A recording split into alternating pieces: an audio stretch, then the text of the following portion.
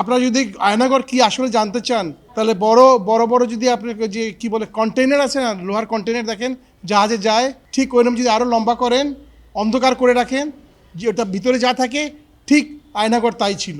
এখন যেটা আপনি দেখছেন সেটা ছিল না, যে অনেক অনেক অনেক জঘন্য ছিল। এবং তারা সেখানে আমাকে 5 মাস রাখে হলো রিমান্ড সেল, যেখানে গ্রেড 2 টর্চার 24 ঘন্টা একজনের বন্দির উপর চালানো হতো। ওখানে 10টা সেল ছিল এবং অসহায় ব্যক্তিদেরকে কান্না যে কি টর্চার করা হতো আমি অকল্পনীয়।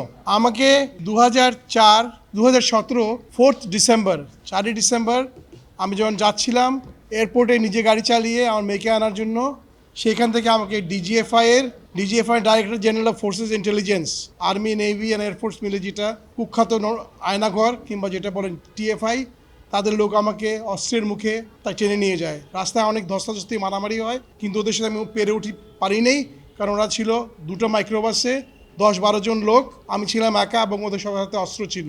আমাকে ধরে গিয়ে 14 মাস রাখা হয় টর্চার সেলে। আয়নাঘরের 2টো ভাগ আছে, যেটা আপনাকে আয়নাঘর এখন বলেন যেটাকে আমি জিআইসি বলি, লেটসে জয়েন্ট ইন্টারোগেশন সেল ডিজিএফআইয়ের কচুক্ষেতের পিছনে। আপনারা বাই দিস টাইম সবাই জানেন, এবং আমার দুর্ভাগ্য যে আমি দেখতে পারিনি, কিন্তু যেটা আমি দেখেছি টিভিতে যে তার বোধহয় 40 ভাগ তার ডিস্ট্রয় করে দিয়েছে। আমার সবচেয়ে খারাপ লাগে, সবচেয়ে অবাক লাগে যে আমি সেনাবাহিনীতে যখন ছিলাম ক্যাপ্টেন হিসেবে চাকরি আমি অবসর করি, মানে আমাদের শহীদ প্রেসিডেন্ট জিয়াউর রহমান ওনাকে সেনেট করার পর আমি চাকরি ছেড়ে দিই। এবং তারা যেই কর্মকর্তারা আমার সাথে চাকরি করেছে এবং বিদেশি দেশে, সেই ব্রিগেডিয়ার, সেই কর্নেল, তারাই অবসর নিয়ে আমাকে যে অমানসিক অত্যাচার করতো, যেটা কি মানুষ? এটা কি মানুষ না?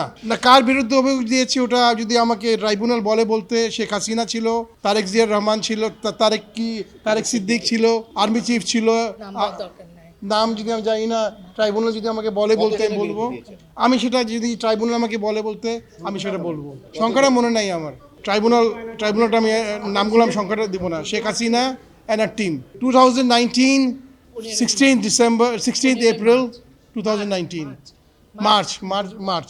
আমাকে নিয়েছিল কেন? আমি ভারত বিরোধী ছিলাম এবং আমি হাসিনার যত কুকীর্তি, গুম, খুন, যে এক্সট্রা জুডিশিয়াল কিলিং, তারপরে যে সিক্রেট চুক্তিগুলো করা হতো, কারণ আমি মনে রাখেন আমি কিন্তু ডিপ্লোম্যাট, আমি জানতাম তারা কী করছে এবং আমি সেগুলো লিখতাম। তারা আমাকে অনেক ওয়ার্নিং দিয়েছে লেখা বন্ধ করো। আমি বলছি না, আমার কলম আপনারা বন্ধ করতে পারবেন না, সেই জন্য আমি লিখতাম। সেই লেখার জন্য আমাকে তারা নিয়ে তারা বলেছে এখন দেখি আপনাদের কলমের জোর বেশি না আমাদের অস্ত্রের জোর বেশি। আমি চাই সৎ বিচার। আমি তো শুধু আমি না, আমার মতো হাজারো লোক ছিল।